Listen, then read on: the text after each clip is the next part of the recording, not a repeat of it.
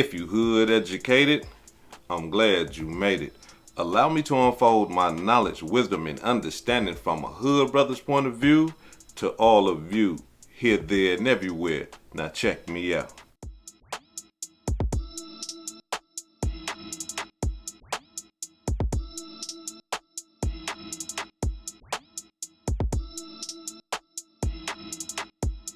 You know what it is? Off the back, dead homie.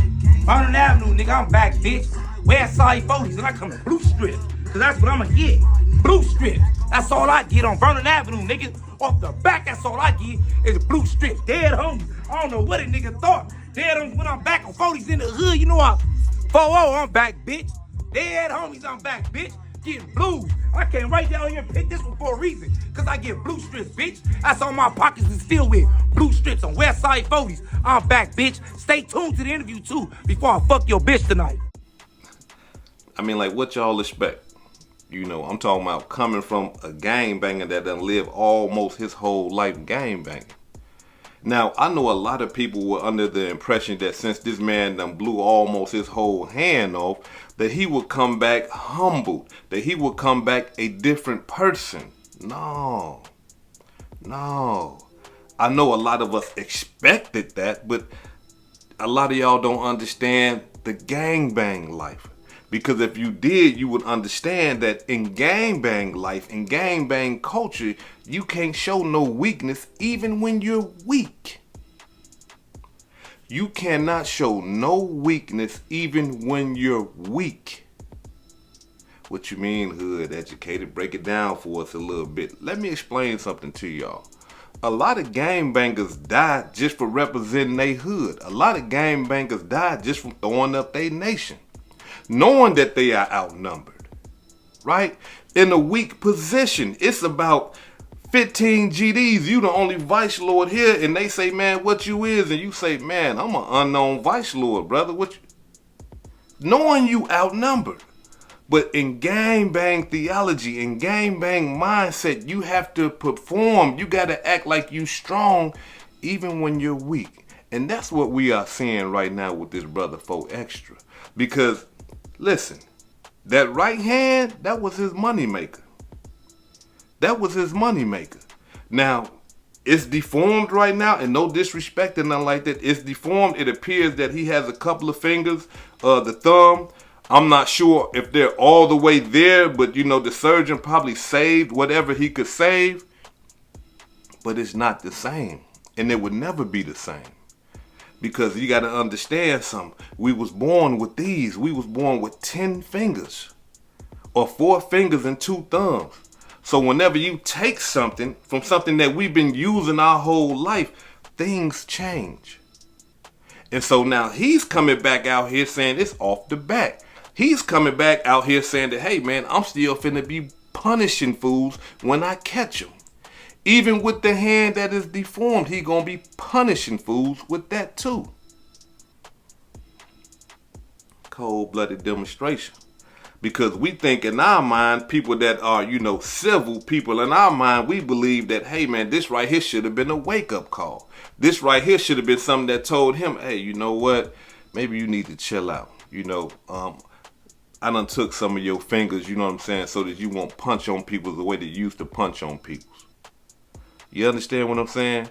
But again, that's just our mindset. In gangbang, nah, they ain't going for none of that. You know, a lot of people are saying that he's catching his karma for beating on people. And one of the people that he beat on real bad, according to reports that I'm getting, they saying that he beat up on a Hoover member that was handicapped. Beat the brother down bad, right? And so now people are saying that, you know, that's his karma. You know what I'm saying? That his fingers got blown off and half his palm got blown off, you know, for doing that. I can't speak on that. I don't know, but I know a lot of people believe in karma and stuff like that. I do believe you reap what you sow. I do believe that if you putting bad energy out there, you can expect bad energy to come back. If you putting good energy out there, you can expect good energy to come back. But here it is, this brother right here, it appears that he hasn't lost a step. He's still with it. West Side 40s. His homies showing him support. They showing them what gangbangers perceive to be love, but it's really just a road to the penitentiary or to death. Check it out.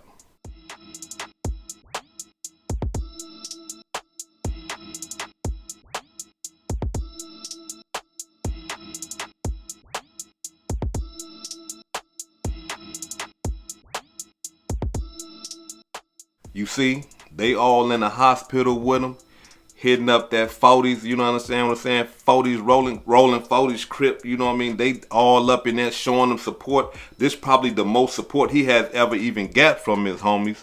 You understand what I'm saying? Because a lot of people like to do photo ops and stuff like that when they see people are down and they see people that are shot and stuff like that. Then next thing you know, they want to come and show you the love or what gangbangers perceive to be love, to keep it moving, to keep it going. You see? But let me tell you something. That is not love. No, I mean, but as a gangbanger, we interpret that type of stuff as love. But that ain't no love. That right there is just to save face for other gang members, right? Because all the other gangs, all they ops is making fun of one of Rolling 40's major hitters. So what they got to do to save face, they got to go in front of the camera and go in front of all the other gang members by posting this on Instagram and saying that, nah, we with him. We supporting him. It's still Rolling 40's crib. And that's what's happening right now. It ain't got nothing to do with love, because as soon as they left that hospital, they went doing whatever they was going to do. And as soon as he got out the hospital, he going to do whatever he going to do. That's just how it go. That's just regular programming. But yet and still, right? And this right here might throw some of y'all for a loop, because y'all know how I speak against. I'm anti-gang banger. Y'all know I speak against gang banging, right? But I must say that I am happy. I'm glad that he has recovered. I'm glad that his eyesight has came back. His face was burnt, you know what I'm saying? So, but his skin and stuff like that done came back. So I'm glad because of that type of stuff. And I know a lot of y'all say, well, hood educated, he a gang back, he don't. But look, y'all, let me explain something to y'all. I come from that lifestyle. I probably done did worse things than 4 Extra done did. I don't know him like that, right? But just being in that lifestyle, you know, we do things that we are ashamed of once we become conscious. Once we realize, you know, what it is we was doing, we become ashamed of that type of stuff, and we feel bad about it. You understand what I'm saying? But not only that, it's just that I was once him as far as a gang banger perspective, right? And y'all giving me an opportunity. Y'all listening to me. Y'all allowing me to educate y'all about gang bang mentality and stuff like that. Y'all are giving me a chance. Y'all are giving me an opportunity. You see? So that's why, like, when I see this type of stuff, yeah, I don't agree with the gang bang. I'm anti-gang bang and stuff like that. But I identify. I woke up. 4 Extra ain't gonna wake up for 5 more years. Hopefully he wake up from that lifestyle before he end up in the penitentiary for the rest of his life, or before he end up dead. You see? Because a lot of times people don't get to wake up. A lot of times people don't get to say, you know what, damn, man, I've been harming my people, man, destroying my community. You know, I've been bad to my child's mother. I done ignored my kids. I done put all this gangbang life before everything that I truly love. You know, some people don't get to do that because they in the penitentiary. It be too late. They in the ground. It be too late. But for those of us that get that opportunity, then we can express it to the people. And so hopefully one day that this brother will wake up and say, hey man, look, I had a good time with y'all, you know what I'm saying? But I'm done with the cripping. I'm done with that. Now it's time for me to live. I got a baby on the way, right? Now it's time for me to live. I got a woman. I got to start thinking about them instead of thinking about me and the 40s Crips. Because let's just be real. And no disrespect to the Rolling 40s Crips, but come on, y'all. Y'all got to be honest. People are dying. Y'all killing people. Y'all robbing and stealing. Y'all destroying y'all community with them hard drugs. Y'all misusing women. Y'all misusing children. Y'all getting the youngsters in, making them join this stuff when y'all know it's a death trap. When y'all know it's a penitentiary trap. You see what I'm saying? Because some of these guys is very intelligent. They smart. But they just in so deep into this gang bang mentality that they feel like I can't escape it. And that's what's going on with 4 Extra right now. He feel like he can't escape it. But blowing off his hand, that ain't enough to wake him up. We can see that. But we got to understand something. Gang bangers are hard. I'm talking about hard. These guys right here would get shot 5, 10 times.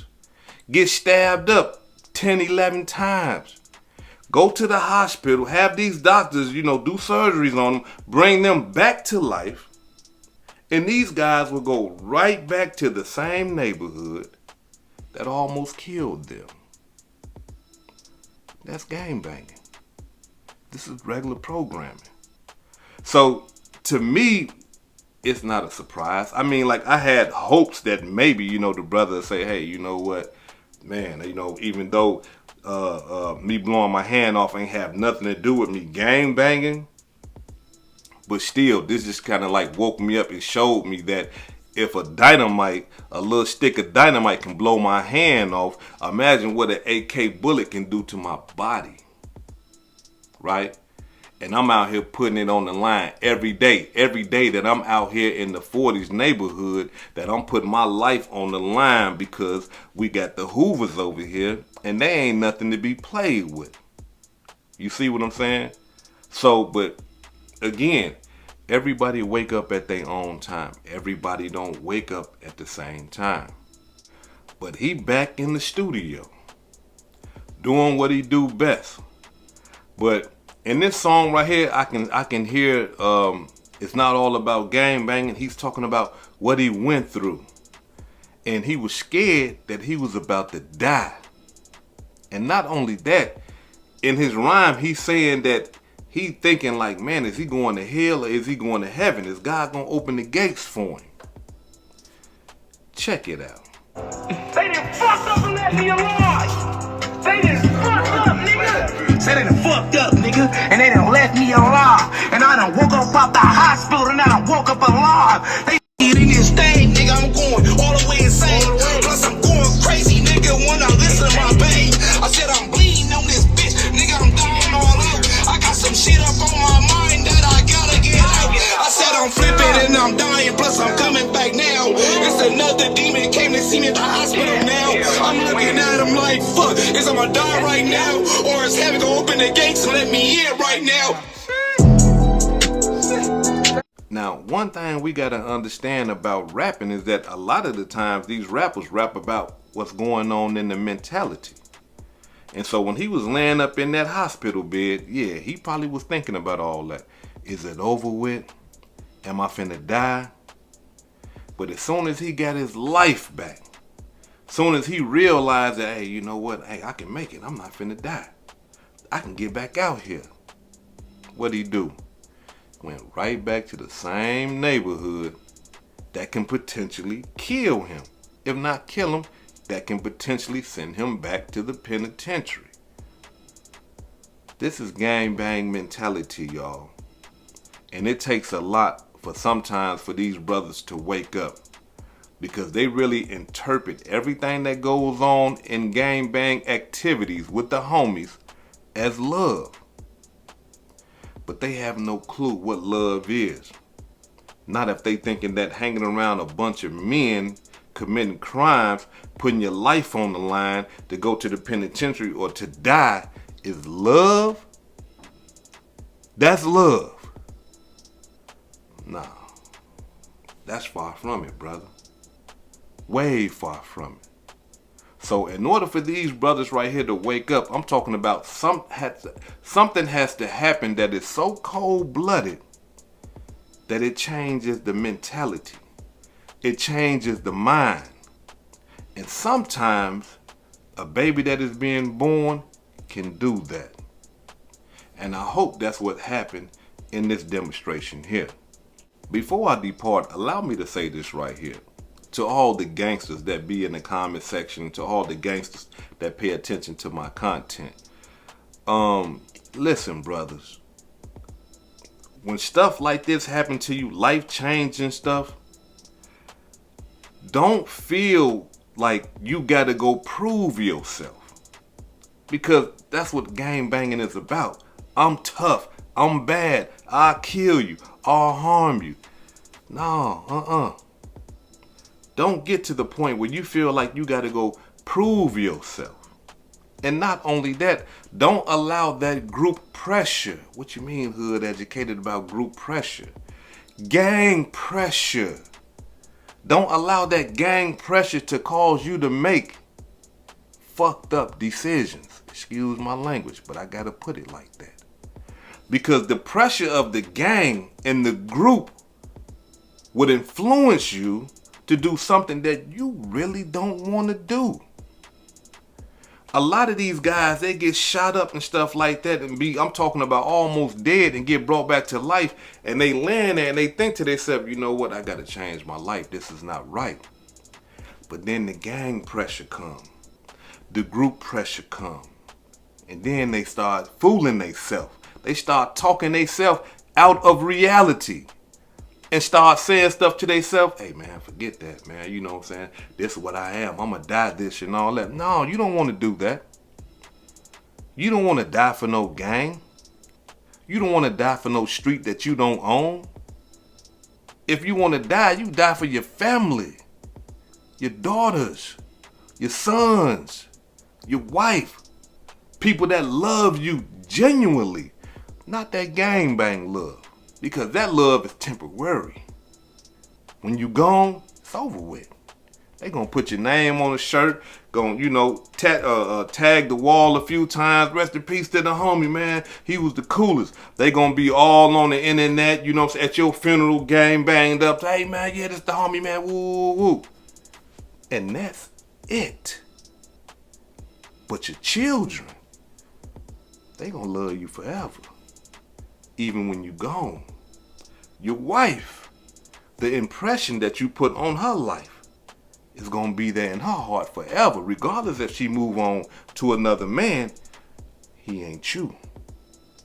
Your family members, mothers, cousins, aunties, they remember you. They love you. But the gang, nah. That's temporary love, and you want everlasting love. Now, allow me to say something, or allow me to give y'all something before I depart up out of here. Hell no, my nigga Vote.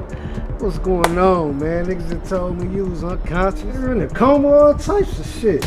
You ain't talk to Lil Smoke? Sit your ass down and get you some rest and let your body heal. And while you trying to get right, we gonna fuck around and get left. Oh, shit. What? Man, get the fuck back, man. Them Tyrants outside. How these niggas know where I live, Jew? Who is that you telling to come and get you?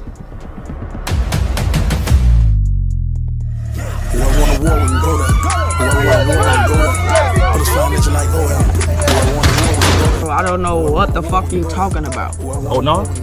Yeah, I know you know about this bundle I got for you. What up, gang? I know you retired and all, I get that. But is you down to put some work in one more time to make these streets safe again for our people? I need y'all to go into the comment section. It's gonna be pinned at the top of the comment section. I need y'all to go hit that link, and I need y'all to go check out Tyrant 2, right? I know a lot of y'all know the brother Bo Deal. He's an independent movie artist. I'm talking about this brother does real good work on the movies. He's independent. You understand what I'm saying? And he tells a story that a lot of us is familiar, right? We familiar with these stories that he tells. Hit that link. Go check out the movie Tyrant 2. It's on Tubi. Now, before A lot of y'all, man, Tubi, man, listen, let me tell y'all something about Tubi that y'all not understanding. Tubi is good for people like us. Why? Because we can put our talent, our God-given talent, on a platform that was shared with the world, right? Without all the red tape going through all this madness and stuff like that, just to show our talents, right? Whether that be movies, rapping, or whatever the case may be. Tubi is that, what do I want to say? Tubi is that platform for that. So before you knock the movie because it's on Tubi, go check it out. Hit that link.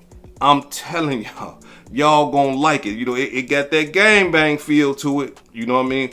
But the storyline, cold-blooded demonstration. This is hood educated, not lame related. Peace and love, and y'all take care of yourself out there. If I said anything that caused you to think, hit that like button and subscribe to the channel if you're not subscribed already. And if you're feeling generous, please make a small donation to the channel. Now, before I depart, allow me to give a shout out to some of the blessings that I received this week. Allow me to give a shout out to Daryl Bird for the $25 cash app. Thank you, brother. I really appreciate that. Allow me to give a shout out to Las Vegas Sports Talk, my homeboy, for the $25 cash app. Allow me to give a shout out to Pop O. Crowder for the $20 cash app. I really appreciate that, brother. And last but not least, Eddie Smith for the $3 cash app. This is hood educated, not lame related. Peace and love. And y'all take care of yourself out there.